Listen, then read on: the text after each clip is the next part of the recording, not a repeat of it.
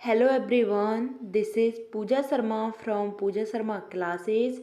उम्मीद करती हूँ आप सब अच्छे होंगे। तो आज हम डिस्कस करेंगे यूपी टेट 2023 के लिए मनोविज्ञान। मनोविज्ञान में हम टॉप 1000 क्वेश्चंस की सीरीज़ लगाएंगे और मैंने यह सीरीज है आपकी आज से ही स्टार्ट की है। तो आपको इन सीरीज़ को बहुत अच्छे तरीके से कर लेना है।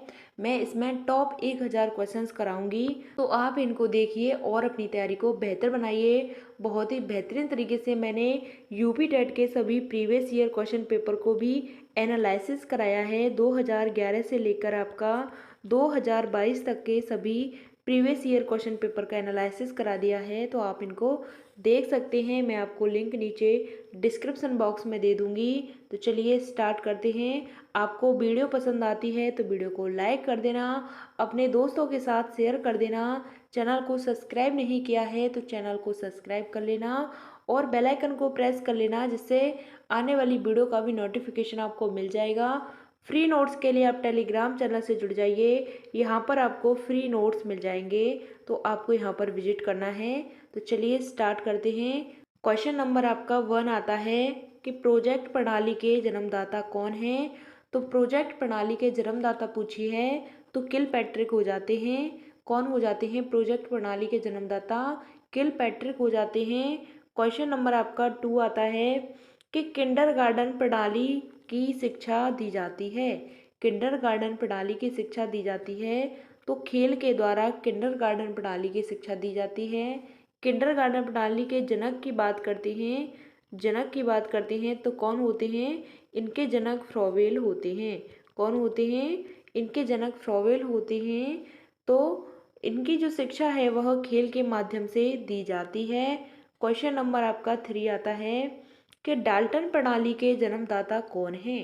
डाल्टन प्रणाली के जन्मदाता बताने हैं आपको तो हेलन पार्कहर्स्ट हैं। कौन हो जाते हैं डाल्टन प्रणाली के जन्मदाता?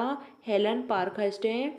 यहाँ से आपके क्वेश्चंस बनते हैं तो आपको इनके विषय में पता होना चाहिए कि कौन किसका जनक है। ठीक, तो डाल्टन प्रणाली के जनक कौन हो जाते हैं? Helen Parkhurst. क्वेश्चन नंबर आपका 4 आता है कि डिसलेक्सिया संबंधित है। तो डिसलेक्सिया आपको बतानी है किससे संबंधित है। तो यह पठन विकार से संबंधित हो जाती है। क्या हो जाती है डिसलेक्सिया? पठन विकार से संबंधित हो जाती है। बच्चा है लक्ष्य को क्या पढ़ता है? लक्ष्य को लुक्स पढ़ता है कि बच्चे को इसमें पढ़ने में कठिनाई आती है, वही आपका क्या हो जाता है? डिसलेक्सिया हो जाता है। डिसकैलकुलिया की बात करते हैं तो वह क्या हो जाता है आपका? गणितीय विकार हो जाता है, गणित से संबंधित हो जाता है। डिसग्राफिया की बात करते हैं तो वह आपका लेखन विकार हो जाता है। चलिए क्वेश्चन नंबर आपका 5 आ जाता है कि मुस्लिम काल में प्रारंभिक शिक्षा दी जाती है। मुस्लिम काल में प्रारंभिक शिक्षा दी जाती है तो कहाँ पर दी जाती है? तो यह मकतब में दी जाती है। मुस्लिम काल में जो प्रारंभिक शिक्षा होती है यानी कि 1 से 5 तक की जो शिक्षा होती है वह कहाँ दी जाती है? तो मकतब में दी जाती है। क्वेश्चन नंबर आपका 6 आता है कि समावर्तन के समकक्ष संस्कार है। समावर्तन के समकक्ष संस्कार बताना है। तो समावर्तन के समकक्ष कौन सा संस्कार हो जाता है? तो उपसंपदा संस्कार हो जाता है। समावर्तन के समकक्ष कौन सा संस्कार हो जाता है? तो उपसंपदा संस्कार हो जाता है। क्वेश्चन नंबर 7 आता है आपका कि मनोविज्ञान का वास्तविक अर्थ बताना है। कि वास्तविक अर्थ क्या होता है? तो व्यवहार का विज्ञान होता है। व्यवहार का विज्ञान किसने कहा था? तो मनोविज्ञान व्यवहार का विज्ञान है, यह किसने कहा था? व्यवहार का विज्ञान यह वॉटसन ने कहा था। वॉटसन ने कहा था व्यवहार का विज्ञान। क्वेश्चन नंबर आपका 8 आता है कि भूख प्यास क्या है। भूख प्यास और आपकी नींद है, निद्रा है, यह क्या हो जाती है? तो यह आपकी जन्मजात प्रेरक हो जाती है। जन्मजात का मतलब होता है कि भूख प्यास और जो नींद है आपकी हमें जन्म से होती है, इसकी आवश्यकता। हमने जन्म लिया है तभी से हमको भूख लगती है, प्यास लगती है और नींद लगती है। क्वेश्चन नंबर आपका नेक्स्ट आता है कि मनुष्य को जो कुछ बनना होता है वह प्रारंभ के 4-5 वर्षों में बन जाता है। यह कथन किसका है? यह कथन किसका है कि मनुष्य को जो कुछ भी बनना होता है प्रारंभ के 4-5 वर्षों में बन जाता है? तो यह कथन सिगमंड फ्रायड का है। सिगमंड फ्रायड का कहना था कि बच्चा है, शुरुआत के 4-5 सालों में जो कुछ भी बनना होता है उसको वह बन जाता है। क्वेश्चन नंबर आपका 10 आता है कि नवजात शिशु में हड्डियों की संख्या कितनी होती है। नवजात शिशु में आपको बतानी है कि हड्डियों की संख्या कितनी होती है। तो इसमें हड्डियों की संख्या होती है 270। नवजात शिशु में हड्डियों की संख्या कितनी होती है, 270 होती है। और वयस्क की बात करते हैं तो वयस्क में 206 हड्डियां होती हैं। क्वेश्चन नंबर आपका 11 आता है कि विकास की प्रक्रिया चलती है। विकास की प्रक्रिया चलती है तो विकास की प्रक्रिया है जीवन पर्यंत चलती है, लाइफ टाइम चलती है, यानी कि जन्म से लेकर कब्र तक, जन्म से लेकर कब्र तक चलती है विकास की प्रक्रिया। बाल्यावस्था को मिथ्या परिपक्वता कहा जाता है। तो बाल्यावस्था को मिथ्या परिपक्वता कहा जाता है, यह किसने कहा है, तो यह रॉस ने कहा है। कौन सी अवस्था को मिथ्या परिपक्वता, तो बाल्यावस्था को मिथ्या परिपक्वता की अवस्था कहा है रॉस ने। किसने कहा है, रॉस ने कहा है। बाल्यावस्था की बात करते हैं तो 6 से 12 वर्ष की यह अवस्था होती है जो आपकी बाल्यावस्था होती है। इसमें बच्चा क्या करता है, बच्चे की जो पीयर ग्रुप की एज होती है अपने ग्रुप के साथ रहता है, और बच्चा है इसमें स्कूल भी जाता है, तो स्कूलिंग एज भी है। क्वेश्चन नंबर 13 आता है आपका कि स्टने हॉल कहाँ के मनोवैज्ञानिक थे। तो यह अमेरिका के मनोवैज्ञानिक थे स्टने हॉल। स्टने हॉल की बात करते हैं, इनकी एक बुक है आपकी, इनकी बुक हो जाती है एक, कौन सी है, उनका नाम है अडोलेसेंस। क्या हो जाता है, अडोलेसेंस इनकी बुक का नाम हो जाता है। इन्होंने इन्होंने किशोरावस्था के विषय में चर्चा की है और इनकी एक महत्वपूर्ण परिभाषा हो जाती है। स्टैने हॉल ने कहा था कि किशोरावस्था बड़े ही संघर्ष, तनाव और तूफान की अवस्था है। यहाँ से आपका एक क्वेश्चन बनता है। क्वेश्चन नंबर आपका 14 आता है कि संवेग का शाब्दिक अर्थ है। तो संवेग का आपको अर्थ बताना है। तो उत्तेजना और भावों में उथल पुथल, यह क्या हो जाते हैं, आपके संवेग हो जाते हैं। क्या हो जाता है, हमारे विचारों में उथल पुथल हो जाती है, यानी कि थोड़ी देर में तो गुस्सा आने लग जाता है और थोड़ी देर में आप गुस्सा से शांत हो जाते हैं। तो यही आपके क्या होते हैं, संवेग होते हैं। संवेगों की बात करते हैं तो संवेगों के विषय में मैकडूगल ने चर्चा की है। मैकडूगल ने 14 मूल प्रवृत्तियों के विषय में बात की है, 14 संवेगों के बात विषय में बात की है। इनको हम मूल प्रवृत्तियां भी कहते हैं। तो किसकी बात करते हैं, तो इसमें हम मैकडूगल की बात कर लेते हैं। मैकडूगल से आपके 2022 में 3 क्वेश्चंस बने थे, तो आपको पता होना चाहिए। बालकों के सर्वांगीण विकास का दायित्व होता है। बालकों के सर्वांगीण विकास का दायित्व होता है तो शिक्षक एवं बालक दोनों पर, किस पर होता है, शिक्षक और बालक दोनों पर होता है कि बच्चे का जो सर्वांगीण विकास करवाना है। तो इसका सर्वांगीण विकास कौन करा सकता है, एक अध्यापक करा सकता है और बच्चे को भी खुद करना होता है, यानी कि दोनों का इसमें सहयोग होता है, तभी बच्चे का सर्वांगीण विकास हो पाता है। क्वेश्चन नंबर 16 आता है आपका कि एक कारक सिद्धांत दिया था। एक कारक का सिद्धांत किसने दिया था, तो एक कारक का सिद्धांत दिया था बिने ने। किसने दिया था, एक कारक का सिद्धांत बिने ने दिया था। और बात करते हैं द्विकारक और त्रिकारक सिद्धांत की। द्विकारक और त्रिकारक यह किसने दिया था, तो यह आपके स्पीयरमैन ने दिए थे। किसने दिए थे, स्पीयरमैन ने दिए थे द्विकारक और त्रिकारक का सिद्धांत। क्वेश्चन नंबर 17 आता है आपका कि सामूहिक शाब्दिक बुद्धि परीक्षण किसे कहते हैं। तो आर्मी अल्फा परीक्षण को हम सामूहिक शाब्दिक बुद्धि परीक्षण कहते हैं। क्वेश्चन नंबर आपका 18 आता है कि सामूहिक अशाब्दिक बुद्धि परीक्षण, यह कैसा है, आपका अशाब्दिक बुद्धि परीक्षण है, यह किसे कहते हैं, तो आर्मी बीटा परीक्षण को हम क्या कहते हैं, अशाब्दिक बुद्धि परीक्षण कहते हैं। अशाब्दिक बुद्धि परीक्षण कहते हैं किसको, आर्मी बीटा परीक्षण को। यहाँ तक बात क्लियर। आर्मी अल्फा परीक्षण को शाब्दिक कहते हैं और आर्मी बीटा परीक्षण को क्या कहते हैं, अशाब्दिक कहते हैं। क्वेश्चन नंबर आपका 19 आता है कि बुद्धि की संरचना का सिद्धांत किसने दिया था। बुद्धि की संरचना है, इसका सिद्धांत किसने दिया था, तो इसका सिद्धांत जेपी गिलफोर्ड ने दिया था। किसने दिया था, जेपी गिलफोर्ड ने दिया था। किसका सिद्धांत, कि बुद्धि की संरचना का सिद्धांत जेपी गिलफोर्ड ने दिया था। क्वेश्चन नंबर आपका 20 आता है, पदानुक्रम का सिद्धांत किसने दिया था। तो पदानुक्रम का सिद्धांत किसने दिया है, तो फिलिप बर्नर ने दिया है। किसने दिया है पदानुक्रम का सिद्धांत, फिलिप बर्नर ने दिया है। कई बार पूछा जा चुका है, तो आपको इसके विषय में पता होना चाहिए। क्वेश्चन नंबर आपका 21 आता है कि 90 से 110 तक की बुद्धि कौन सी होती है। 90 से 110 की जो बुद्धि लब्धि होती है कौन सी होती है, तो यह सामान्य बुद्धि होती है। कई बार क्वेश्चन पूछा गया है कि जो आपकी 90 से 110 के बीच होती है वह आपकी सामान्य बुद्धि होती है, और आपकी 140 प्लस हो जाती है वह आपकी कैसी हो जाती है, वह प्रतिभाशाली बुद्धि हो जाती है। क्वेश्चन नंबर आपका 22 आ जाता है कि सर्वप्रथम मानसिक आयु का प्रत्यय दिया था। तो सबसे पहले मानसिक आयु का प्रत्यय किसने दिया था, तो 1905 में विनय ने दिया था। सबसे पहले मानसिक आयु का प्रत्यय किसने दिया था, तो विनय ने दिया था। और कब दिया था, तो 1905 में यह विनय ने दिया था। किसका, मानसिक आयु का प्रत्यय। मानसिक आयु का प्रत्यय किसने दिया था, तो विनय ने दिया था। कब दिया था, 1905 में।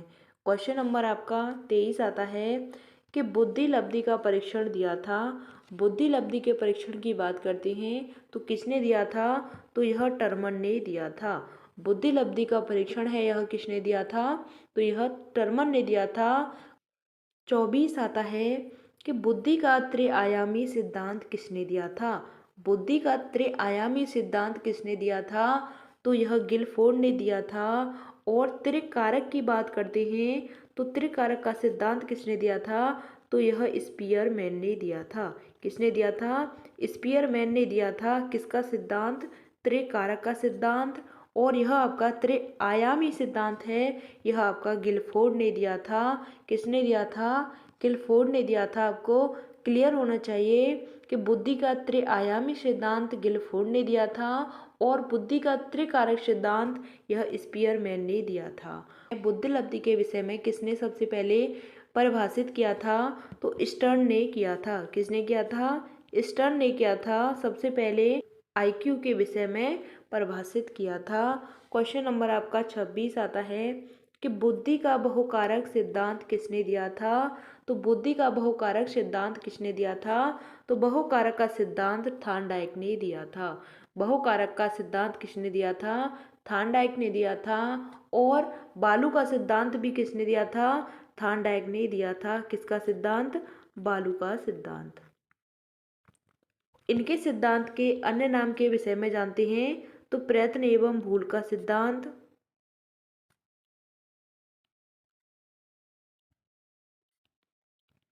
प्रयत्न एवं भूल का सिद्धांत इनके नाम है। इन्होंने प्रयोग किस पर किया था, तो इन्होंने प्रयोग किया था बिल्ली पर। बिल्ली कैसी थी, भूखी बिल्ली थी, बिल्ली पर इन्होंने प्रयोग किया था। और इनके दो नियम हैं। दो नियम में आपका पहला आता है मुख्य नियम, दूसरा आता है आपका गौड़ नियम। गौड़ नियम, मुख्य नियम में इनके 3 नियम हो जाते हैं, गौड़ नियम में इनके 5 नियम हो जाते हैं। तो चलिए नेक्स्ट बात कर लेते हैं। क्वेश्चन नंबर आपका 27 आता है, भाषा विकास का सिद्धांत किसने दिया है। मोस्ट इम्पोर्टेंट क्वेश्चन है, वेरी आईएमपी क्वेश्चन है। आपको पता होना चाहिए कि जो भाषा विकास का सिद्धांत है यह किसने दिया है, तो यह चॉम्स्की ने दिया है। भाषा विकास का सिद्धांत किसने दिया है, तो भाषा विकास का सिद्धांत चॉम्स्की ने दिया है। क्वेश्चन नंबर आपका 28 आता है कि टीएटी परीक्षण किसने दिया है। टीएटी परीक्षण है यह किसने दिया है, तो मरे एवं मार्गन ने दिया है। टीएटी परीक्षण को कई बार पूछा जा चुका है। आपको पता होना चाहिए कि टीएटी परीक्षण का प्रतिपादन किसने किया था, मरे एवं मार्गन ने किया था। क्वेश्चन नंबर आपका 29 आता है कि शरीर रचना सिद्धांत के प्रवर्तक थे। शरीर रचना सिद्धांत के प्रवर्तक कौन थे, तो सैडलन इसके प्रवर्तक हो जाते हैं शरीर रचना सिद्धांत के। 1-2 बार यह पूछा भी गया है।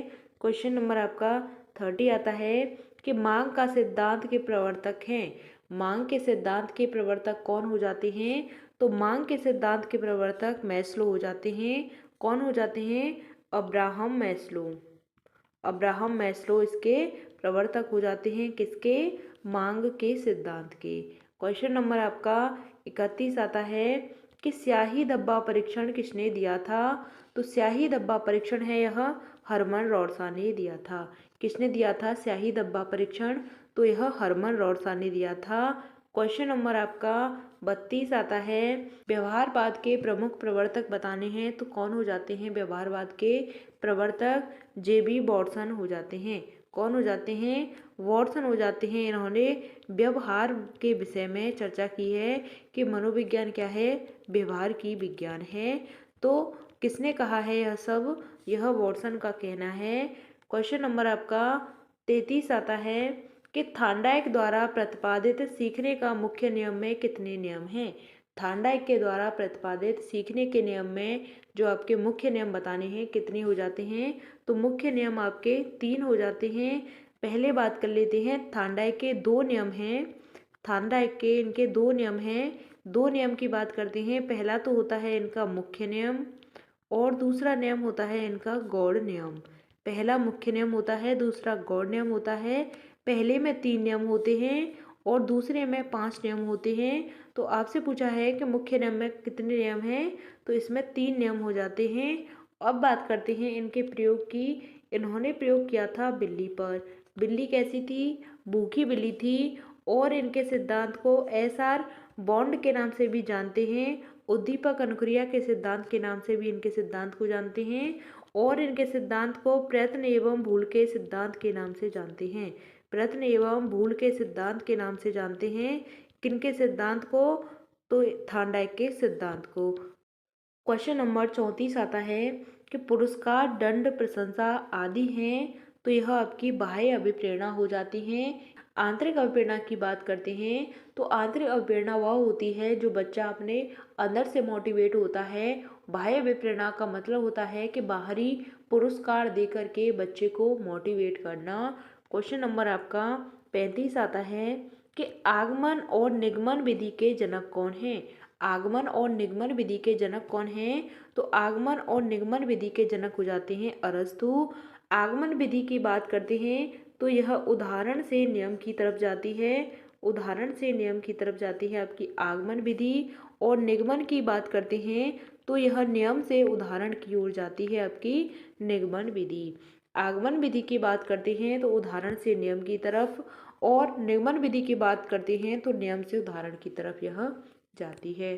क्वेश्चन नंबर आपका 36 आता है कि ह्यूरिस्टिक विधि के जनक कौन हैं? तो ह्यूरिस्टिक विधि के जनक बताने हैं कौन हो जाते हैं? तो आर्मस्ट्रॉन्ग है यह ह्यूरिस्टिक विधि के जनक हो जाते हैं। कौन?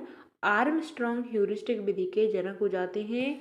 क्वेश्चन नंबर आपका 37 आता है कि प्रश्नोत्तर विधि के जनक कौन हैं? तो आपको बताना है कि जो प्रश्नोत्तर विधि है इसके जनक कौन हो जाते हैं? तो इसके जनक सुकरात हो जाते हैं। प्रश्नोत्तर विधि के जनक कौन हो जाते हैं? सुकरात हो जाते हैं। क्वेश्चन नंबर आपका 38 आता है कि क्रिया प्रसूत अनुबंधन का सिद्धांत का प्रतिपादन किसने किया था? क्रिया प्रसूत अनुबंधन के सिद्धांत का प्रतिपादन किसने किया था? तो इनका सिद्धांत का प्रतिपादन स्किनर ने किया था। किसने किया था? स्किनर ने किया था क्रिया प्रसूत अनुबंधन सिद्धांत का प्रतिपादन। और इनके प्रयोग की बात करते हैं। स्किनर ने चूहे और कबूतरों पर प्रयोग किया था। स्किनर ने। यहाँ तक बात क्लियर? चलिए क्वेश्चन नंबर आपका 39 आता है कि अल्बर्ट बंडूरा किस सिद्धांत से संबंधित हैं? अल्बर्ट बंडूरा हैं, यह किस सिद्धांत से संबंधित हैं? तो सामाजिक अधिगम के सिद्धांत से यह संबंधित हैं। क्वेश्चन नंबर आपका 40 आता है कि तत्परता का नियम किसने दिया है?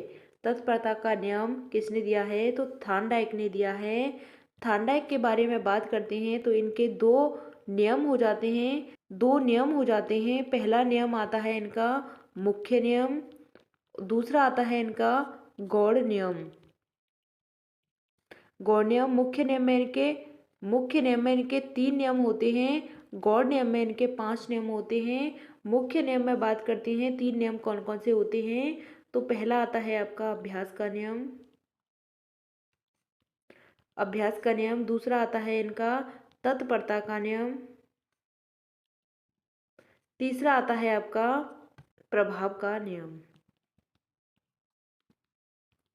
तो इन्होंने मुख्य नियम में 3 नियम आते हैं, अभ्यास का नियम, तत्परता का और प्रभाव का। तो तत्परता का नियम पूछा है तो यह किसका हो जाता है, थार्नडाइक का हो जाता है।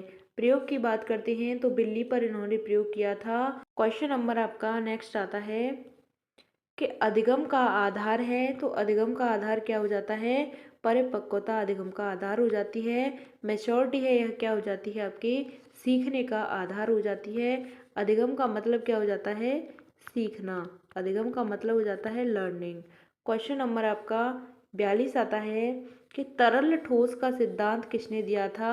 तो तरल ठोस का सिद्धांत कैटल ने दिया था। किसने दिया था, कैटल ने दिया था तरल ठोस का सिद्धांत। क्वेश्चन नंबर, क्योंकि यह आपका कई बार पूछा जा चुका है कि तरल ठोस का सिद्धांत किसने दिया था, तो यह कैटल ने दिया था। क्वेश्चन नंबर आपका 43 आता है कि विकासवादी सिद्धांत के समर्थक बताने हैं आपको, कौन हो जाते हैं।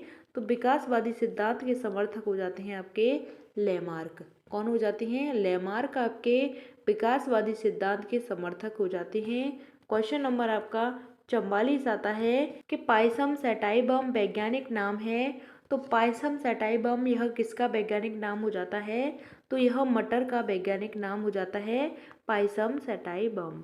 यहाँ तक बात क्लियर। पायसम सैटाइबम यह मटर का एक वैज्ञानिक नाम होता है। क्वेश्चन नंबर आपका 45 आता है कि संज्ञानात्मक क्षेत्र का सही क्रम है। जो आपका संज्ञानात्मक क्षेत्र है इसका एक सही क्रम बताना है। तो ज्ञान होता है, फिर अवबोध आता है, फिर अनुप्रयोग आता है और फिर विश्लेषण आता है, फिर संश्लेषण आता है और बाद में आपका मूल्यांकन आता है। जो आपका संज्ञानात्मक क्षेत्र है इसका सही क्रम हो जाता है ज्ञान, अवबोध, अनुप्रयोग, विश्लेषण, संश्लेषण और मूल्यांकन। यहाँ तक बात क्लियर। सबसे पहले क्या आता है, सबसे पहले आपका ज्ञान आता है, उसके बाद अवबोध आता है, फिर अनुप्रयोग आता है, फिर विश्लेषण, फिर संश्लेषण, फिर क्या आता है, मूल्यांकन आता है।